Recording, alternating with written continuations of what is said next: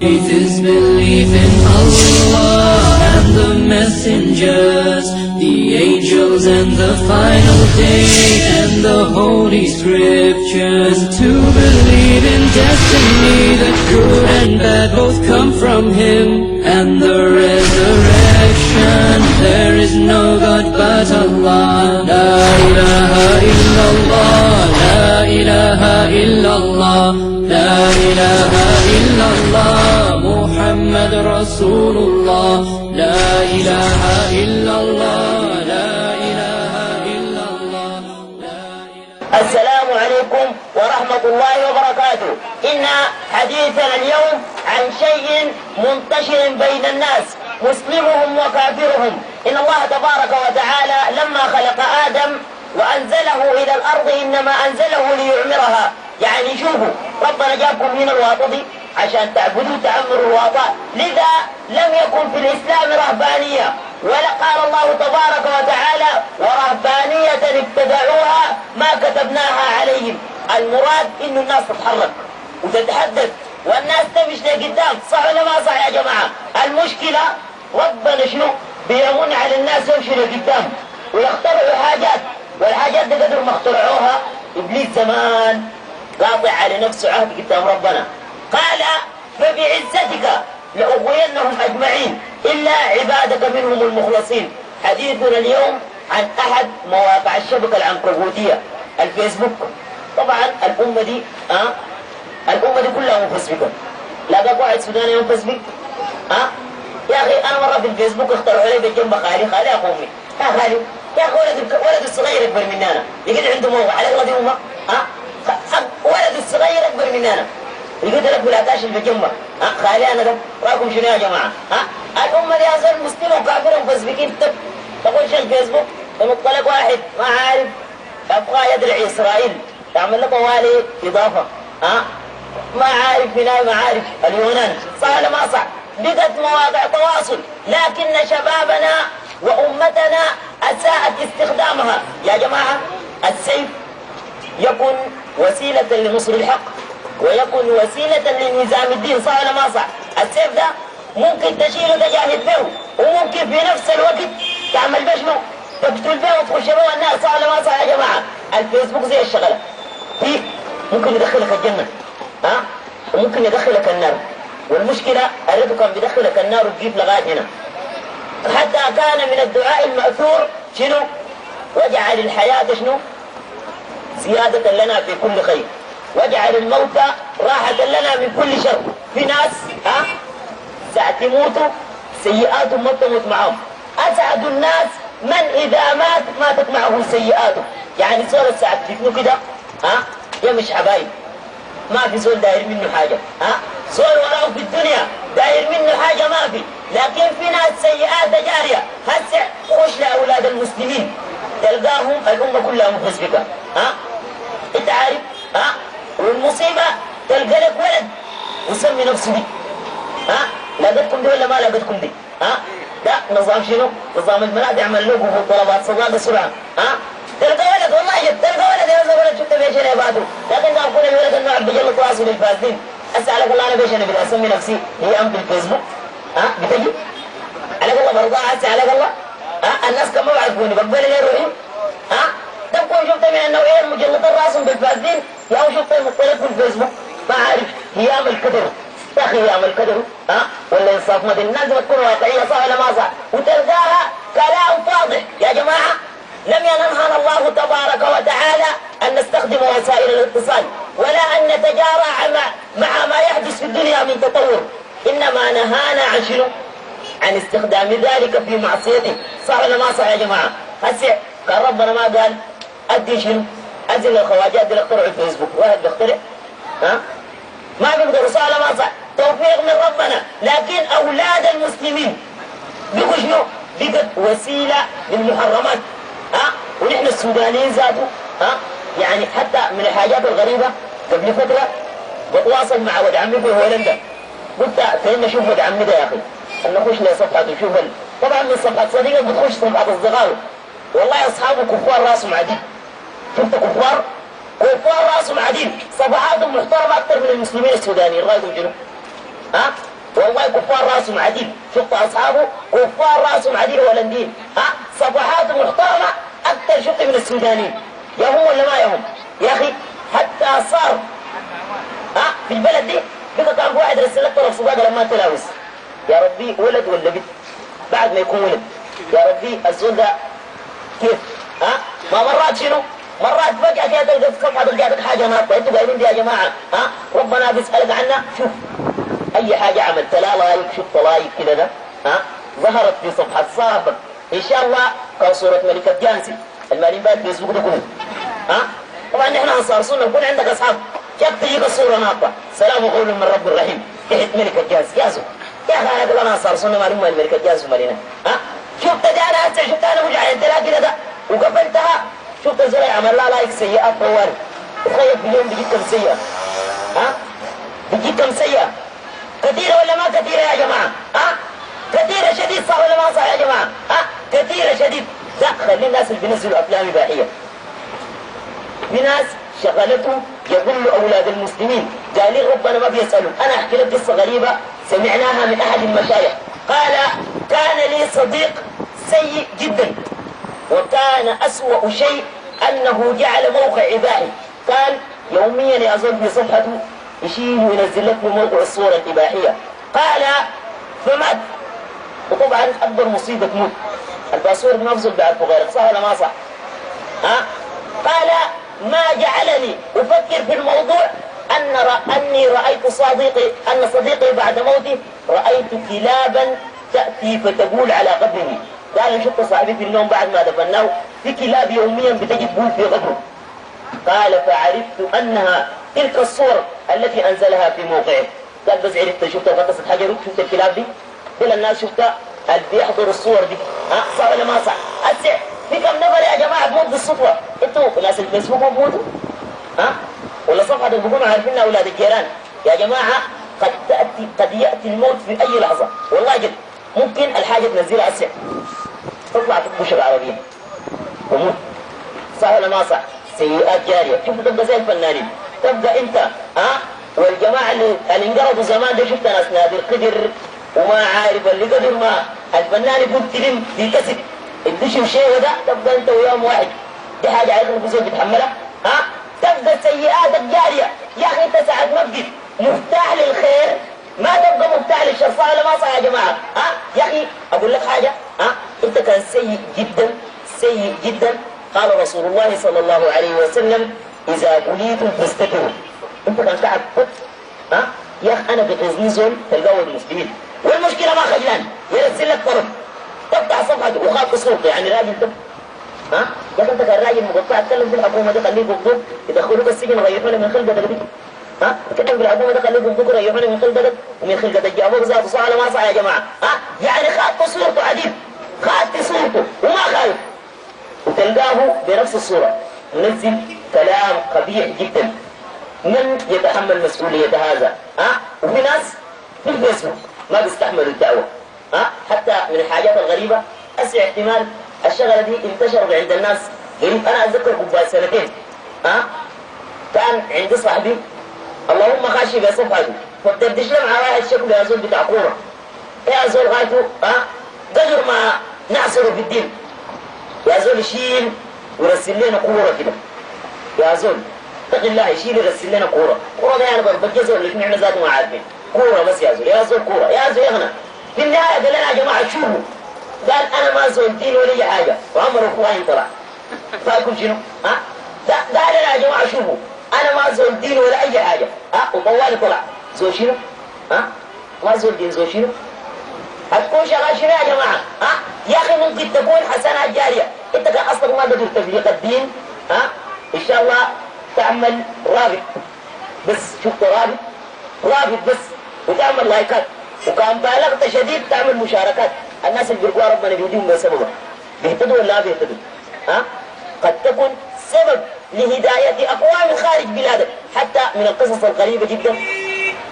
وبالفترة كنت بدردش لي مع واحد في النهاية عرفت انه يردني في النهاية من خلال الكلام ما عارف ناس ليش ومحدش غايته يا زول أشيد الكلام وده العربي بتاعنا الواحد ده قلت له يا شيخنا انت من وين؟ قال لي من الاردن، قلت له عظيم الشرف، معك السودان، علاقات دوليه ماشيين لي قدامك، زول لك كون ناس والله.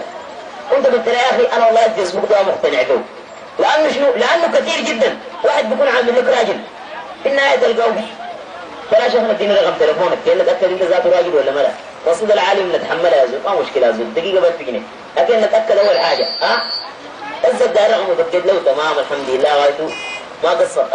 في النهايه تتخيل الزول ده كنت بدردش معه بالليل، نعسته ملكته، بعد يومين دقيت له، لو كم يوم ما خشيت في الفيسبوك دقيت له، ردت لي امه قالت لي الزول بكره شكوى عربيه الصباح، رايكم شنو؟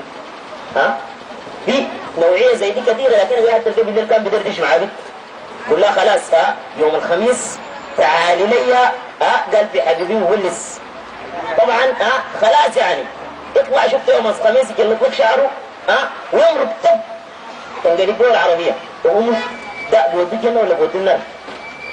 كان طقشته عربيه، ده ماشي لخير ولا ماشي مع خشر؟ صار ما صار؟ يبعث الناس على نياتهم يوم القيامه، ده نيته سيئه شديد. عشان كده يا جماعه لا بد ان يكون احدنا مفتاحا للخير مطلاقا للشر، صح ولا ما صح يا جماعه؟ ما اي حاجه فوق التكاليف. في طبعا ثاني مقلب حتى قال من النكت الظريفه في الفيس، قال واحد قال لي قال له واحده خدت لها صوره واحده من ملكات بريطانيا، قال لها والله انت وجيهه، طبعا في حاجه تلقاها برع عجوز ممثلات تقول لك نرمين الشابه حبوبه يا ما تخجلوا. حتى من المظاهر القريبه عندنا وجيراننا بدردش، طبعا كضابي شفت هذيك نصيحه ايوه تلقى في الفيس كاتب شغال في بنك كل شركه سيارات كضاب تقواجد.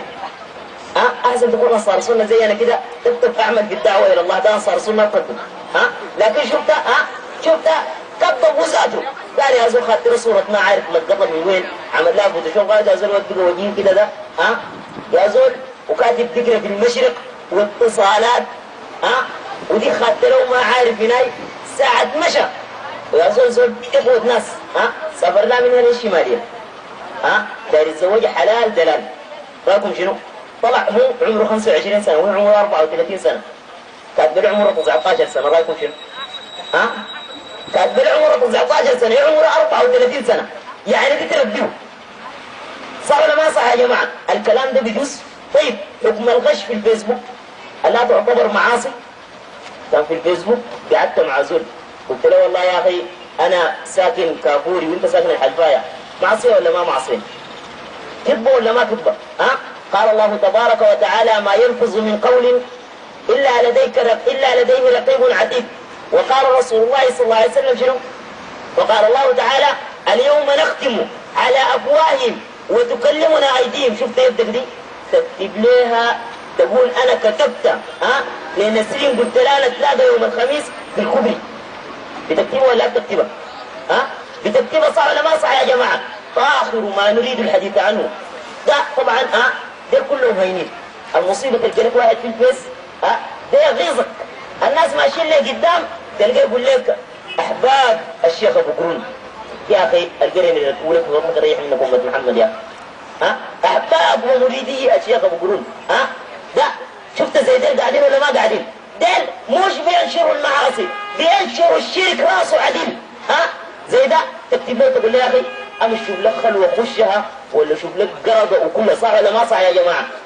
طيب اثار وسائل الاتصالات على سلوكنا شنو؟ اول حاجه على الشباب صارت المعصيه اقرب الى احدنا من شراك نعله، بقى المعصيه بقت سهله شديد، حتى انا اتذكر في الجامعه عندي صاحبي بتكلم معه قال لي شوفوا عبد الله وزول غايته الله يهديه ربنا يتوب عليهم قال لي شوفوا يا شيخنا، قال لي نحن بقينا في عصر التطور ولا الظاهر على كان شارب لحاجه غايته ما وعده قال لي بقينا في عصر التطور، قال لي يا اخي ما من زمن البيت بيجيبوا يشغلوها الكلام ده بدري في الجامعه بدري، قال لي ما من زمن البيت يشغلوها، قال لي الشغل العصر ده قال لي بقى كله هيدروليك، قال لي البيت بس تغمز لها كده ده قال لي طوال يجيك، يعني انت عارف الامه بتيجي الشاغل بيجي يجيبه ده معناته ناس كيش ساكت في ناس بيجي يجيبوا لنا بيجي شفتها ما واقفين دين ولا يدين بيغادرهم تلقاهم جايين واقفين وشغالين شنو؟ يشغلوا في البنات يعني دين كيش عادي كده يخانك يا جماعه الواحد ساعات يكون شماس راسه عليه. يا اخي انت مستغرب ما بيقولوا شغله. دي مرحله عليك الله اسمع. مرحله قديمه ولا ما قديمه؟ اثار ليش صارت المعصيه اقرب الى احدنا. الحاجه الثانيه الفجور في الخصومه. في ناس في البس ممكن يجيب لك معاصي ما انزل الله بها من سلطان. يا اخي انت عارف ابليس ده كان عامل له صفحه في الفيس يكون اعظم من السودانيين. والله جد ابليس اللي بيسوي السودانيين ده بيسوي السودانيين في الفيس ده كان ابليس خشع يقول لهم يا جماعه يعني انت عارف انا باقي لي انا باقي ما اعرف لك انا عبد الله الطاهر ده اي واحد بيرسل لي رساله يقول لي عندي حظر ده اصلا بقبل تكون عامل لي 60 كبوه. ولما الناس البس حسوا قال لا يا شيخنا الحرام معاصي ما كده بالراحه.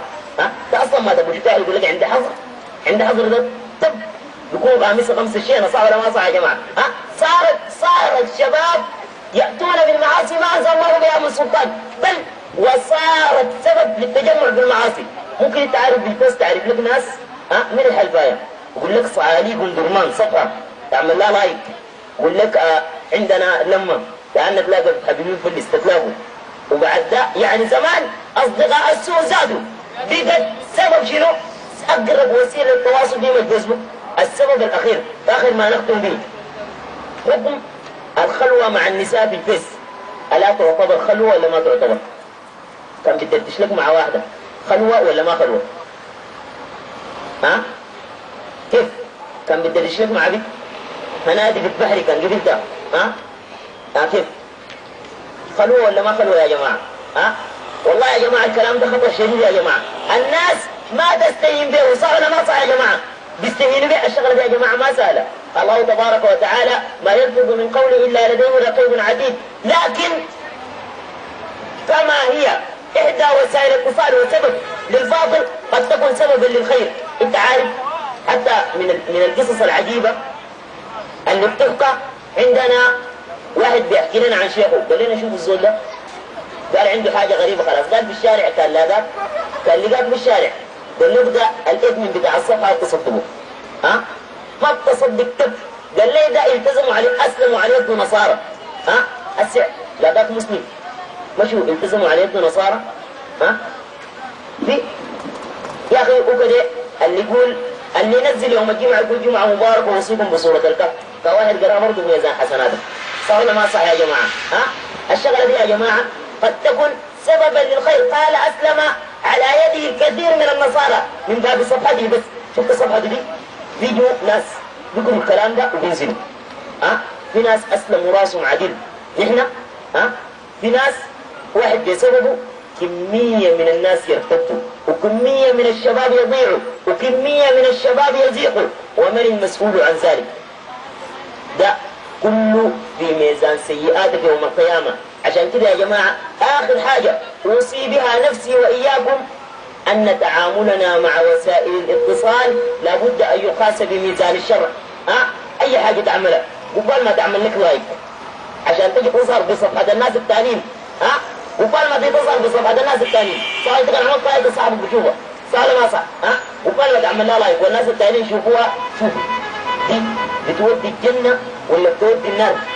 كان بتودي النار خليها ما بدأ تعمل لها ما انت خلاص انت اصلا كان ربنا مبتليك شفت الله يسترك قول الله يتوب عليك وامشي لك حاجة حد الدين ان شاء الله تنزل لك حديثين 3 يقولوا ناس عسى ربنا ان يهدي به صح ولا ما صح يا جماعه؟ هذا ما اردنا ان نذكر به في ختام حديثنا ان وسائل الاتصال لا بد ان نتعامل معها شنو يا جماعه؟ وفق خدمه الشرع وان اذا استخدمناها في معصيه الله تبارك وتعالى قد نسال عنها يوم القيامه. قال الله تبارك وتعالى ما يلفظ من قول الا لديه رقيب عتيد. هذا وصلى الله وسلم على سيدنا محمد واخر دعوانا ان الحمد لله رب العالمين. شوفوا الزول الشارع اللابتوب ده ما قاعد ينزل الناس بالقروش قاعد ينزل لهم مجاني يا جماعه. فالواحد لو عاوز محاضرات ولا ان شاء الله صورة النور سيد تنفع الكتاب تجي ينزلها من اخونا ده. وصلى الله وسلم على سيدنا محمد اخر دعوانا الحمد لله رب العالمين.